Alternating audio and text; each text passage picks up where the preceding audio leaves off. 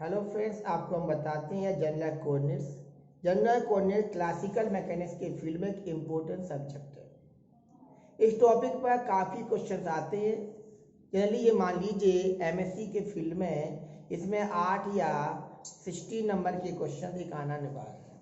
तो आज important topic हम बात करेंगे, क्या है हमारा जनरल कोऑर्डिनेट्स। आइए, हमने बेसिक क्लासों में देखा होगा, क्लास 11th या 12th में, कि हम कोऑर्डिनेट सिस्टम देखते हैं।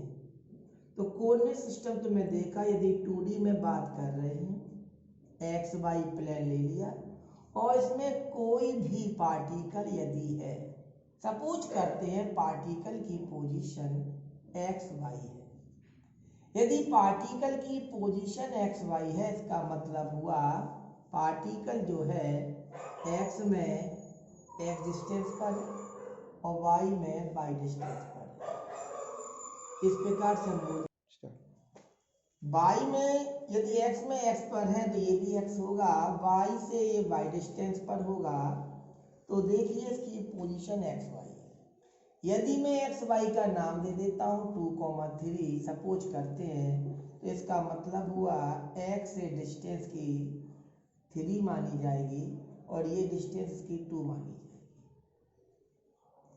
यदि ये 2D में सिस्टम है, यानी हम कह सकते हैं कि जो कोऑर्डिनेट्स हमारे हैं पार्टिकल की एग्जैक्ट पोजीशन बताते हैं 2D में एक्स वाई टाइप से। तो एक्स वाई दो कोऑर्डिनेट हुए जो इनकी 2D में एग्जैक्ट पोजीशन बताते हैं। सपोज करते हैं हम एक और सिस्टम यूज करें 3D वाला। 3D में चलेंगे तो एक्स वाई जेड 3 एक्सेस पे बात होगी हमारी, X Y Z. X Y Z 3 axes हमारी हो गई, तो इसका मतलब है एक्स में ये होगा, वाई में यहां होंगे, एक्स में यहां होंगे, वाई पे ये होंगे और जेड में यहां से इसको हम मान लिया जेड डिस्टेंस। जेड रियल में इस प्रकार होगा आउट ऑफ बोर्ड, क्योंकि ये 2D प्लेन है, यहाँ 3D दिखाना संभव नहीं है, उसको त्रिज्या दिखा रहे हैं, रियल में इस प्रकार होगा। सपोज करते हैं एग्जाम्पल के तौर पे आपको मान लिया कोई मॉस्किटो है, एक मच्छर है जो कमरे में उड़ रहा है।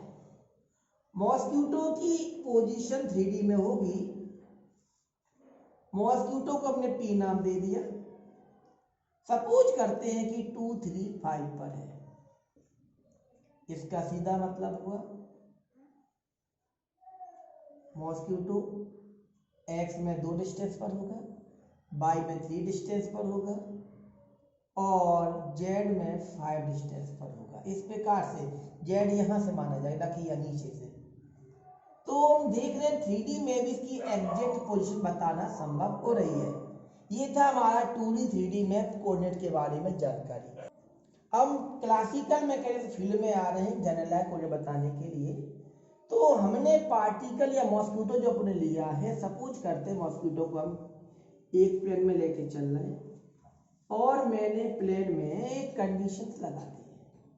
कंडीशंस नंबर हमारी पहली ये है कि मॉस्किटो जो है एक सर्कुलर पाथ पे मूव करेगा।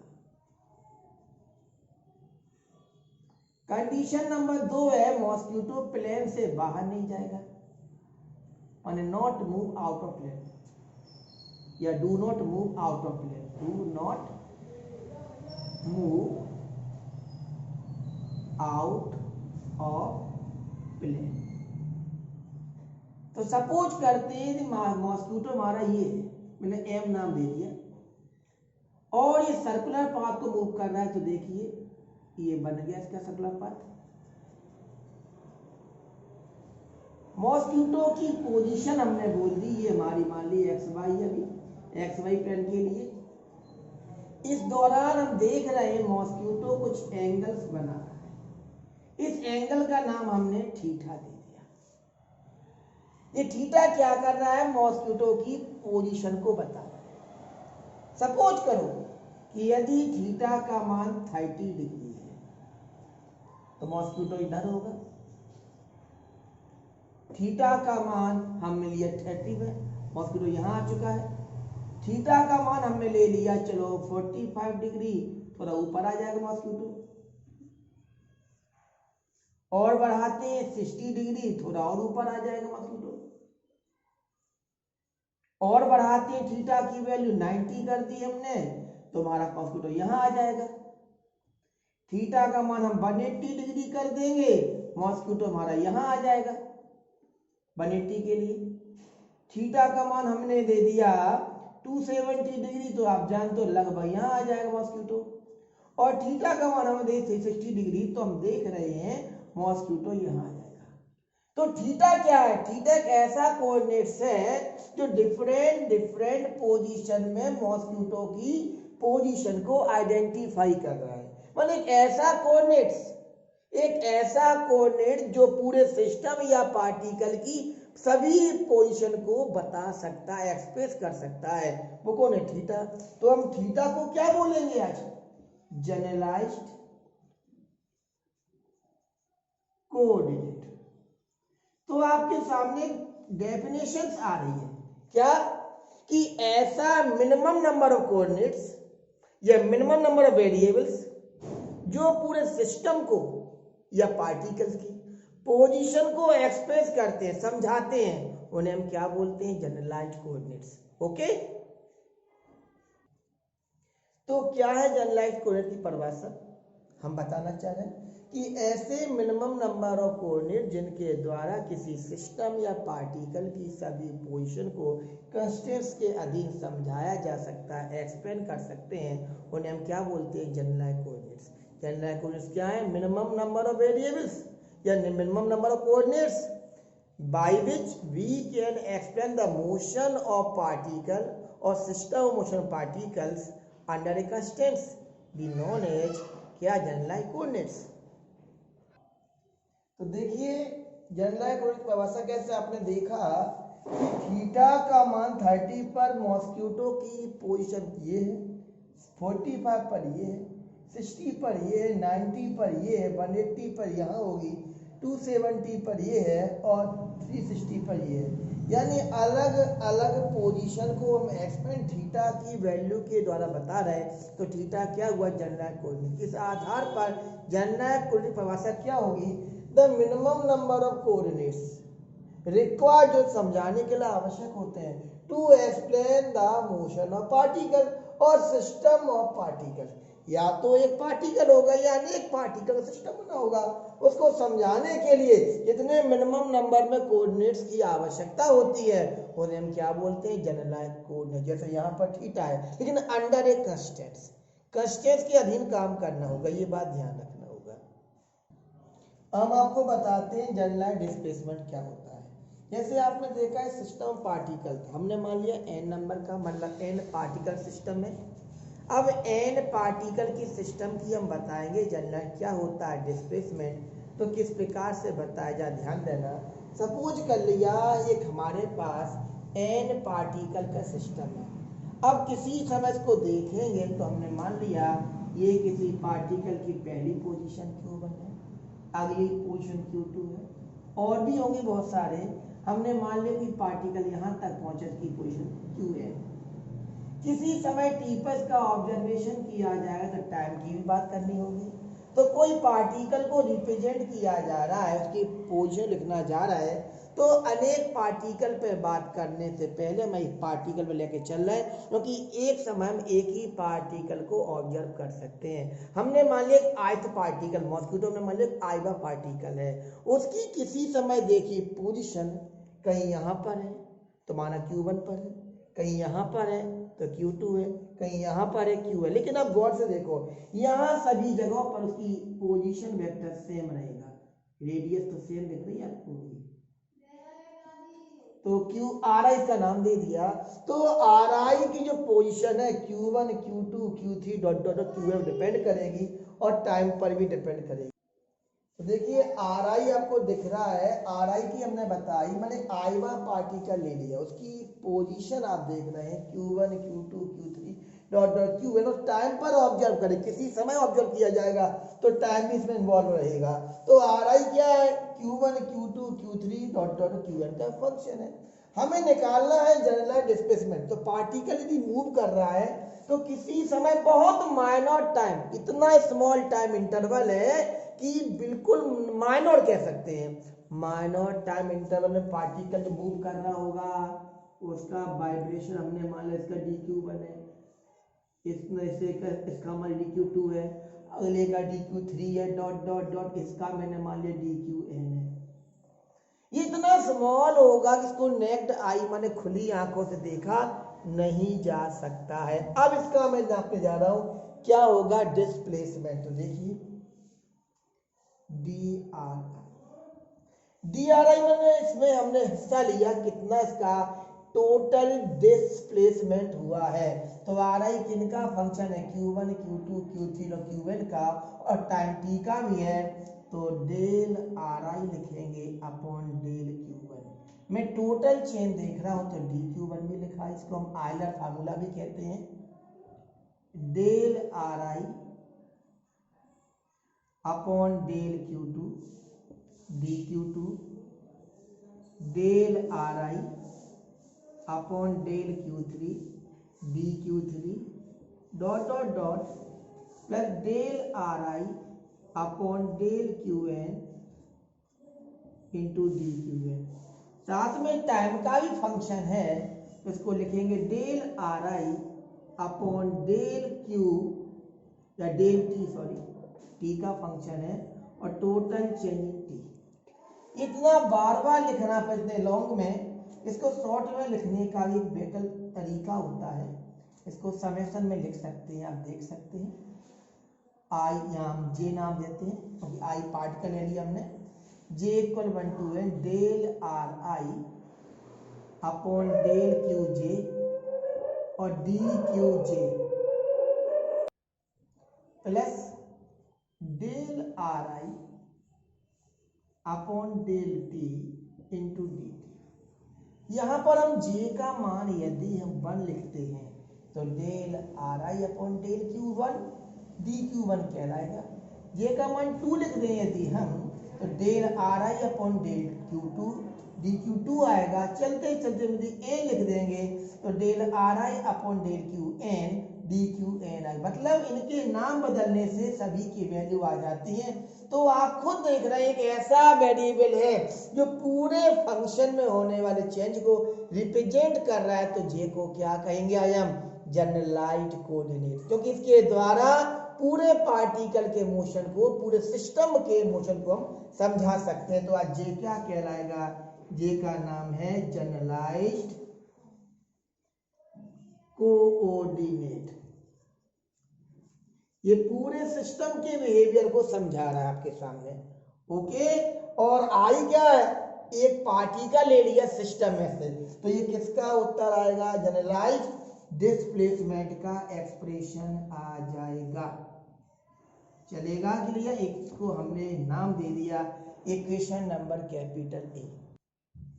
हम लोगों ने देखा होगा बेसिक क्लासों में कि जिस प्रकार से डिस्प्लेसमेंट है, डिस्प्लेसमेंट का यदि हम टाइम के साथ डिफरेंशियल कर देते हैं, differentiating respect to time T, तो क्या बन जाता है वेलोसिटी। और वेलोसिटी का यदि हम टाइम के साथ डिफरेंशियल किए देते हैं तो क्या हो बनता है एक्सीलरेशन। आपने पढ़ा होगा। ठीक उसी प्रकार जनरलाइज्ड के केस में, या हम कह सकते हैं जनरलाइज्ड सिस्टम के केस में, हम इसको क्या कहेंगे जनरलाइज्ड डिस्प्लेसमेंट। इसी प्रकार जनरलाइज्ड वेलोसिटी, और यहाँ कह देंगे जनरलाइज्ड एक्सीलरेशन।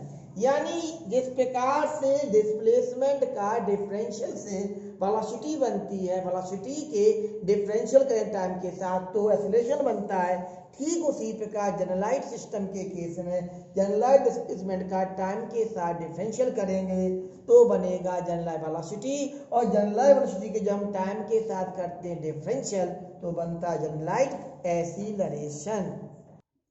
तो देखिए जनरलाइज्ड वेलोसिटी बताने जा रहा है। कभी हमने बताया था डिस्प्लेसमेंट का जब टाइम के साथ डिफरेंशियल किया जाता है तो वेलोसिटी बनती है, और जनरलाइज्ड सिस्टम के केस में जब जनरलाइज्ड डिस्प्लेसमेंट का टाइम के साथ डिफरेंशियल किया जाए उसको क्या कहते हैं जनरलाइज्ड वेलोसिटी। तो time derivative of generalised displacement is called generalised velocity. हम कैसे करेंगे आप देखो, हमने निकलवा दिया तभी आपको जनरलाइज्ड डिस्प्लेसमेंट। इसका मैं करूँगा टाइम के साथ क्या differential.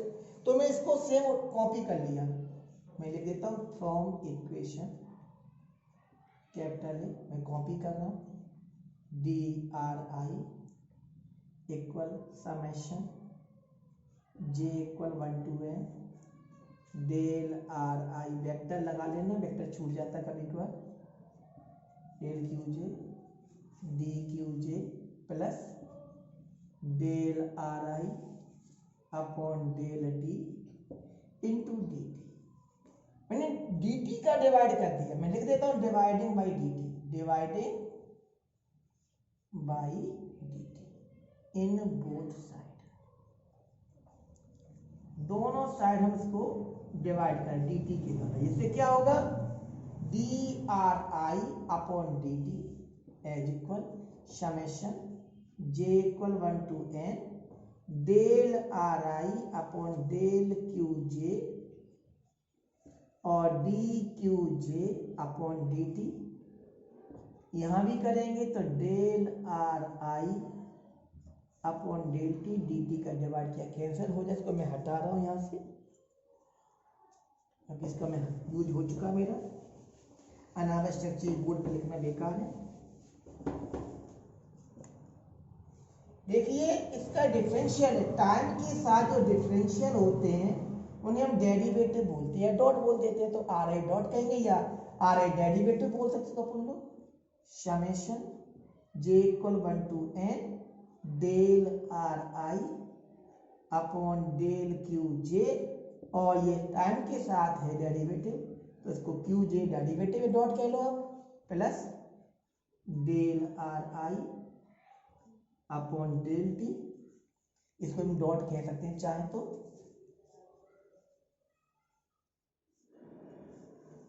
Equation number capital B, यही हमारा उत्तर है जनरलाइज्ड वेलोसिटी का। हम इसको थोड़ा कॉपी किए देते हैं, इसका यूज होगा अभी, इसलिए ये जनरलाइज्ड हमारी जो वेलोसिटी आई इसको मैं कॉपी किए दे रहा हूँ, summation J equal 1 to n del RI upon del QJ derivative plus del RI upon del T। ये मैं थोड़ा साइड में कॉपी कर लिया है क्योंकि मुझे अगले हेडिंग को समझाने इसका यूज करना होगा। तो देखिए हम आपको बता रहे हैं generalised acceleration of time derivative, वो हमने बताया था डिस्प्लेसमेंट का टाइम के साथ करते हैं तो वेलोसिटी आता है, वेलोसिटी का टाइम के साथ डिस्प्लेसमेंट करते हैं तो एक्सीलरेशन आता है। उसी प्रकार जनरलाइज सिस्टम के केस में हम जब जनरलाइज डिस्प्लेसमेंट का टाइम के साथ डिफरेंशियल करते हैं तो जनरलाइज वेलोसिटी आती है, और जनरलाइज वेलोसिटी का जब हम टाइम के साथ डिस्प्लेसमेंट करते हैं या डिफरेंशियल करते हैं तो क्या आता है generalised acceleration. The time derivative of generalised velocity is called generalised acceleration. ध्यान देना, जब मैं कॉपी किया था आपको सामने, मैं इसको लिखने जा रहा हूँ आपके पास, ध्यान से देखना। RI डेरिवेटिव, ये समेशन लिखा है आपके सामने, मैं इसको J की जगह K लिख रहा हूँ। सिंबल चेंज करने से कोई अर्थ तो आता नहीं, मैंने इसको J को K लिख लिया, कुछ वजह है तभी लिख रहा हूँ मैं, वजह मैं आपको बताऊंगा थोड़ी देर बाद आपको भी। Q के डेरिवेटिव प्लस के del RI upon del T। अब मैं इसका डिफरेंशियल करूंगा, differentiating with respect to time T we get, time के साथ डिफरेंशियल करेंगे, आप जानते हो D upon dt, I derivative का कर रहा हूं मैं, D अपॉन dt हो जाएगा summation K equal 1 to n del RI upon del QK DQK derivative और plus del RI upon del T। मैं डिफरेंशियल कर रहा हूँ, इसका एक बार हो चुका, फिर करेंगे तो हम लिख सकते हैं RI डबल डेरिवेटिव या डबल डॉट कह सकते हो। इसमें करेंगे summation K equal 1 to n del upon del QK दिख रहा है आर आई का होगा फर्स्ट इंटू सेकेंड, आपने पढ़ा होगा वो पीछे रूल है डिफरेंशियल का, आपने पढ़ा हो D by D T U into V, दो फंक्शन के प्रोडक्ट का डिफरेंशियल किया जाए तो फर्स्ट फंक्शन कांस्टेंट सेकंड का differentiate plus second function constant first का डिफरेंशिएट। उसी प्रकार यहाँ करने जा रहे हैं, फर्स्ट फंक्शन का डिफरेंशिएट हो गया, हम डॉट लगा दिया, टी के साथ एच का डॉट पर्याप्त है। सेकंड फंक्शन कांस्टेंट प्लस हम देख रहे हैं del are I upon del Q K, इसका फिर होगा तो D Q K upon D T, dot ऊपर लगा हुआ है, प्लस आप देख सकते हैं इसका करेंगे डेल बाई डेल टी और इसका होगा आर आई पे डॉट, क्योंकि टी के सापेक्ष कर रहा हूं मैं, ध्यान देना R I double derivative is equal, देखिए समेशन लिखा है के इक्वल 1 to n लिखा है, डेल ओवर डेल क्यू के लिखा है, ये आर आई डॉट जो है इसकी वैल्यू यहां से कॉपी कर रहा हूं इधर से, तो क्या होगा समेशन जे इक्वल, तभी मैंने वहां के लिखा था, दोनों सेम हो जाते तो डाउट केस बनता है, डेल आर आई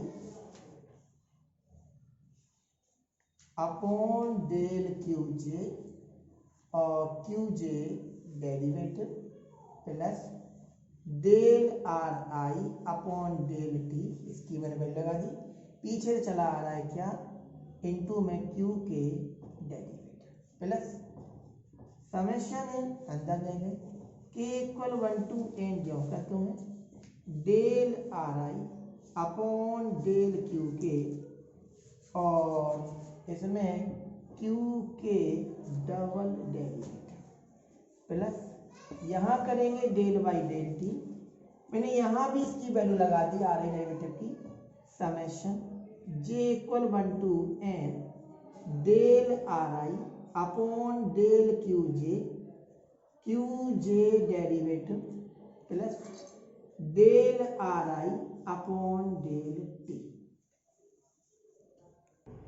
तो देखिए हम लास्ट लाइन बताने जा रहे हैं आपको, आर आई डबल डेरिवेटिव, ध्यान सभी देना, थोड़ा पेचीदापन आ रहा इसमें, समेशन के इक्वल 1 to n, इस समेशन को बाहर निकालिए, summation J equal 1 to n, वो समेशन आउटसाइड, इसको अंदर ले जाएंगे हम, del square upon del Q K और del Q J R I, बाहर चल रहा आपको दिख रहा है, यहाँ तक आ गया अपन लोग, इनटू क्या होगा क्यू जे, पहला फंक्शन का डिफरेंशियल दूसरा कांस्टेंट हो जाएगा, प्लस करेंगे इसमें आगे हमको तो del are I upon del Q j दूसरा कांस्टेंट, इसका होगा डेल क्यू जे derivative upon del Q k, इसको आगे ले जाएंगे हम, प्लस समेशन के इक्वल 1 to n और इसका करेंगे del square upon del Q k del t और आर आई, पीछे से क्यू के डेरिवेटिव जो दिख रहा है आपको, ये लिखना भूल गया मैं यहाँ लिख दे रहा हूँ क्यू के डेरिवेटिव, यहाँ भी लिखा जाएगा सब Q K derivative plus summation के equal 1 to n del are I upon del Q K और क्यू के डबल डेरिवेटिव प्लस यहाँ भी फर्स्ट सेकेंड लग जाएगा, summation J equal 1 to n del square upon del t del Q j और r i, पीछे से q j dot रहेगा प्लस चलेगा फर्स्ट इंटू एक बार किस्सा, यहाँ भी चलेंगे अपन लोग, summation J equal 1 to n del are I upon del Q j into आएगा डेल क्यू जे derivative upon del t plus last terms आएगा डेल स्क्वायर आर आई अपॉन डेल टी स्क्वायर, ये इक्वेशन नंबर आपकी आ जाएगी capital A, capital B, capital C होगी आपकी। ये हमारा उत्तर आ गया जनरल एक्सीलरेशन का। तो आपको हमने बताया, इसको नोट कर लेंगे आप लोग। ये वीडियो शेयर अवश्य करें हमारा।